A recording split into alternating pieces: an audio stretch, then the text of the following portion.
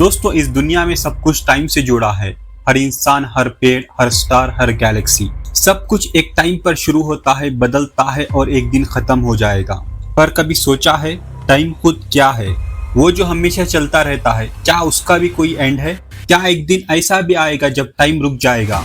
ना कल होगा ना आज, सिर्फ एक खामोशी।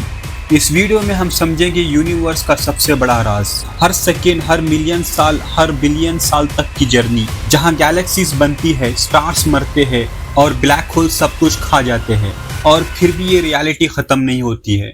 क्या होता है जब लास्ट स्टार बुझ जाता है, जब सब कुछ ठंडा और अंधेरा हो जाता है? चलो इस सफर को शुरू करते हैं, टाइम के जन्म से लेकर मौत तक। बिग बैंग की शुरुआत 13.8 बिलियन साल पहले कुछ भी नहीं था। ना वक्त, ना स्पेस, ना लाइट, ना डार्कनेस। एक ऐसा सन्नाटा जिसमें कुछ भी नहीं था, लेकिन सब कुछ छुपा था। फिर एकदम एक एक्सप्लोशन नहीं, एक एक्सपेंशन हुआ। एक पॉइंट जिसमें पूरा यूनिवर्स कंडेंस था। इसी मोमेंट को हम कहते हैं द बिग बैंग। यही था टाइम का जन्म, यही था पहला पल।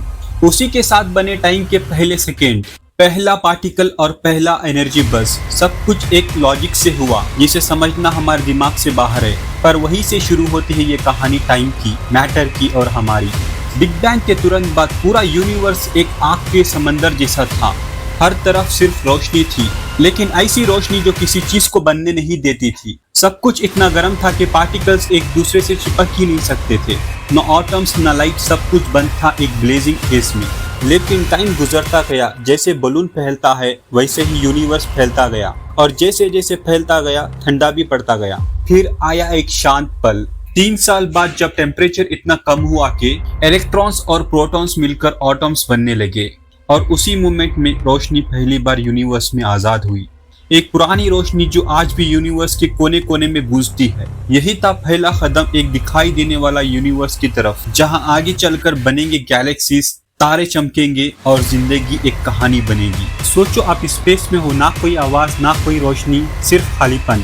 ये इमेजिनेशन नहीं है दोस्तों, ये है हमारे यूनिवर्स का फ्यूचर। क्या आप तैयार हो एक ऐसे सफर के लिए जहां टाइम ट्रिलियन ईयर्स से भी आगे चला जाता है, जहां गैलेक्सीज खत्म हो जाती है और अंतिम में खुद टाइम भी रुक जाता है? चलिए चलते हैं एक ऐसे जर्नी पर, द एंड ऑफ एवरीथिंग, अर्थ पर स्लो डेथ। आज से 1 बिलियन साल बाद सन का टेम्परेचर इतना ज्यादा हो चुका होगा कि ओशंस बॉयल हो जाएंगे, क्लाउड्स वैनिश, रिवर्स ड्राई और एयर टॉक्सिक। इंसान या तो खत्म हो चुके होंगे या किसी और प्लेनेट पर माइग्रेट। अर्थ जो कभी ब्लू ग्रीन पैराडाइज थी, अब एक डस्टी डेजर्ट बन चुकी होगी।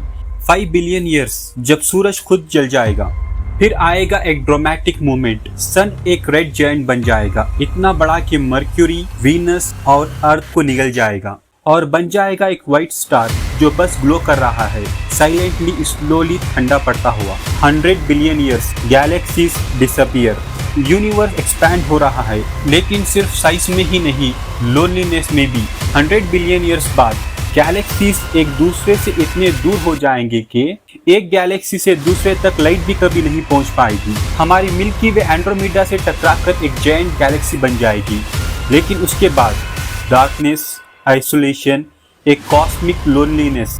1 ट्रिलियन ईयर्स, यूनिवर्स में नए स्टार्स बनना बंद हो जाएंगे।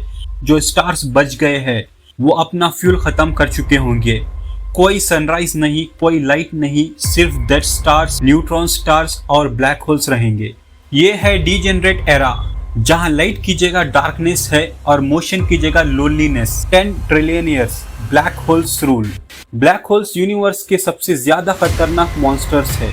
सब कुछ इनमें समा चुका है, स्टार्स, प्लैनेट, इवन लाइट। लेकिन एक दिन ये भी खत्म हो जाएंगे। स्टीफन हॉकिंस ने बताया था ब्लैक होल्स भी स्लोली इवेपोरेट होते हैं हॉकिंस रेडिएशन के थ्रू, और उसके बाद no stars, no black holes, no anything. 100 trillion years, the quietest time ever. Universe एक साइलेंट बैटलफील्ड बन चुका है, जहां कोई एनिमी नहीं, सिर्फ खामोशी है। साइलेंसनेस हर जगह फैल चुकी है।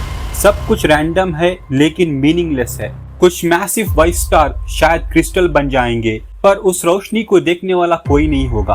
120 trillion years, information itself dies. जैसे एक किताब में लिखी कहानी या डीएनए के अंदर का कोड।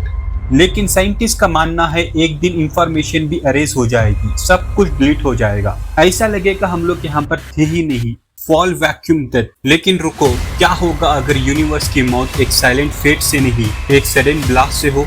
साइंटिस्ट कहते हैं हमारी यूनिवर्स शायद एक फॉल वैक्यूम में है, एक टेम्पररी स्टेबल स्टेट। अगर कभी भी किसी एक स्पॉट पर फ्लक्चुएशन हुआ तो बबल बन सकता है, जिसे कहते हैं वैक्यूम डिके।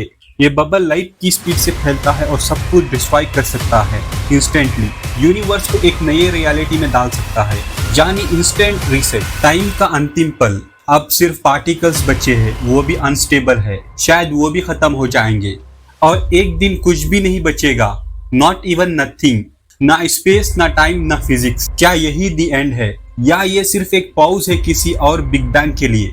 मल्टीवर्स, एंड के बाद नया स्टार्ट। और क्या हो अगर ये यूनिवर्स अकेला नहीं? मल्टीवर्स थ्योरी के अकॉर्डिंग बिलियंस ऑफ यूनिवर्स हो सकते हैं, हर एक के पास अपने लॉस, अपनी रियलिटी, अपना टाइम। जब हमारा यूनिवर्स एंड होता है, शायद कहीं एक नया यूनिवर्स जन्म ले रहा होगा। ये अंतिम नहीं ट्रांजैक्शन हो सकता है दोस्तों, पर एक चीज तो पक्की है दोस्तों, ये कायनात जरूर खत्म होगी।